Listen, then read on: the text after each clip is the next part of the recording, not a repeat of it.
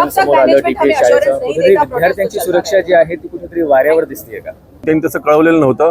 त्याच वेळी त्यांनी बस ड्रायव्हरला क्लीन चिट दिली आणि सांगितलं की हे मुलाच्या डोक्यातले खूळ आहे असं सांगितलं त्यांनी। आणि त्यानंतर जेव्हा पालक डॉक्टरांकडे गेले, खाजगी डॉक्टरांकडे, त्यानंतर हा प्रकार समोर आलेला आहे। आपण बघतोय की इथले जे डीपीएस शाळेचे मुख्याध्यापक आहेत हे मागच्या 2-3 वर्षापूर्वी इथे आले आणि त्यानंतर अशा घटना इथे वारंवार घडत आहेत।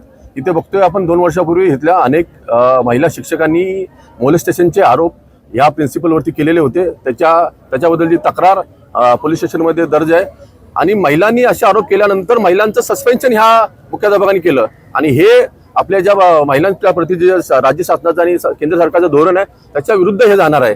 आपण बघितलं की बुलंदशहर मध्ये हे प्रिन्सिपल अगोदर होते आणि ह्यांच्यावरती असेच चार्जेस बुलंदशहरमध्ये पण आहेत।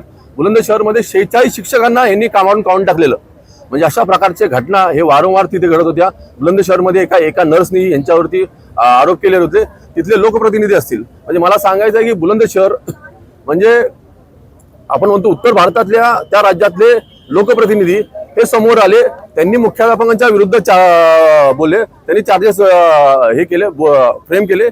पण आपण बघतोय की शिक्षकांचं प्रकरण असेल 2-3 वर्षापूर्वी, तसंच आताचं हे 3-4 दिवसापूर्वी उघड झालेलं प्रकरण असेल, तसेच अशा घटना ह्याच्या अगोदरही घडलेल्या आहेत। तरी इथले स्थानिक लोकप्रतिनिधी, महिला लोकप्रतिनिधी का शांत आहेत, आमचा असा सवाल आहे। इथले नवी मुंबईचे मंत्री राज्याला लाभले ते का शांत आहेत? त्यांचे स्थानिक नगरसेवक इथे NRI मध्ये 50 मीटरच्या अंतरावर त्यांचे बरेच जण राहतात, एक पण का नाही आला? इथे लहान सहान NRI कॉलनीमध्ये किंवा इथं एखादी लहान सहान घटना घडली तर तात्काळ येणारे हे एवढे गंभीर प्रकरण झालेलं असताना पण का नाही आल्या? मंदाताई मात्र इथे का नाही आल्या? एवढे दिवस झाले, 3-4 दिवस का गप्पा बसलेल्या? तुमच्या 3-4 ऍडमिशनसाठी तुम्ही एवढं असंवेदनशील वागणार? देवेंद्र फडणवीस राज्य सरकार म्हणतं की आपल्या शिक्षण अभिवृद्धीसाठी 0 टॉलरन्स पॉलिसी, ही तुमची 0 टॉलरन्स पॉलिसी आहे? हा, तुमचे लोकप्रतिनिधी मंदाताई मात्र मुख घेऊन गप्पा बसतात, शांत बसतात।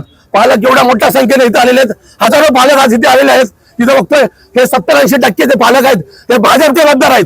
हे काय यांनी माणसाला मतदान नाही केलं तर दुसऱ्या कोणत्याही पक्षाला मतदान नाही केलं तरी भाजपचा एकही लोकप्रतिनिधी, एकही नगरसेवक, आमदार, खासदार इथे येत नाही।